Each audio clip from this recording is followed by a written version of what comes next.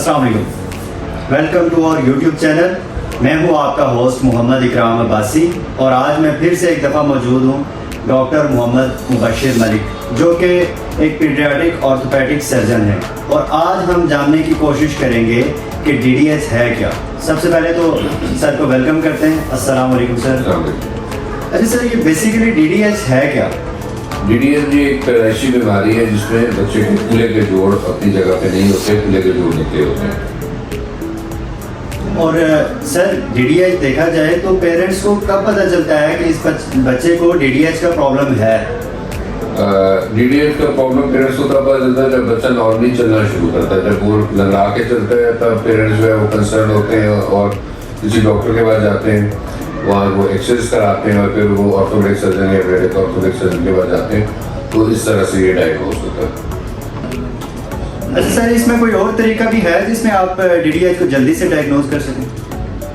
Basically इस तरह से है कि DDH का डायग्नोसिस जितना जल्दी हो उतना अच्छा होता है और उतने उसके रिजल्ट्स बेहतर हैं। नॉर्मली जो डेवलप्ड कंट्रीज हैं उसमें और अभी पाकिस्तान में ये चीज़ स्टार्ट हो गई है कि पैदाइश के फ़ौरन बाद बच्चे को पीडियाट्रिशियन बेसिकली एग्जामिन करता है और दो तरह के टेस्ट होते हैं जो उसके हिप्स के एग्जामिनेशन के लिए होते हैं।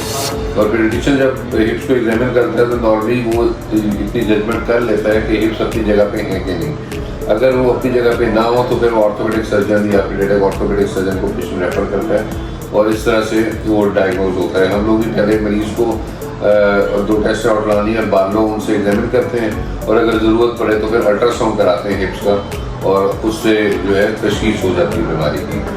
और एक्सरे जो है वो 6 मंथ्स में नहीं कराते, 6 मंथ्स के बाद जो है वो एक्सरे कराते हैं और उसके बाद ऐसा अगर वो 6 महीने के से बड़ा बच्चा हो तो वो फिर हम एक्सरे पे डायग्नोज करते हैं। अच्छा सर, DDH की जो ट्रीटमेंट है वो सर्जरी से ही होती है या फिर कोई प्लास्टर वगैरह की प्रोसीजर भी होता है?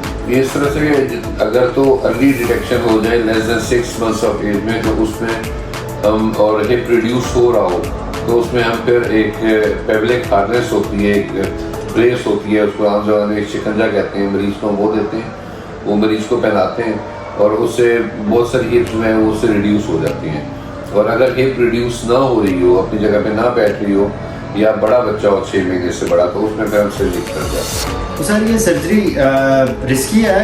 इसमें कितने % चांसेस हैं कि जो आप हिप रिप्लेसमेंट को उसको एडजस्ट कर रहे हैं तो कितने % चांसेस हैं इसको सर्जरी को सक्सेसफुल होने के? बेसिकली लंबी सर्जरी होती है, इसमें DDH की सर्जरी के रिजल्ट्स अच्छे हैं। तकरीबन 85 to 95% जो हिप्स हैं वो रिड्यूस रहती हैं या उसके रिजल्ट्स अच्छे हैं अगर इसको टाइमली कराया जाए।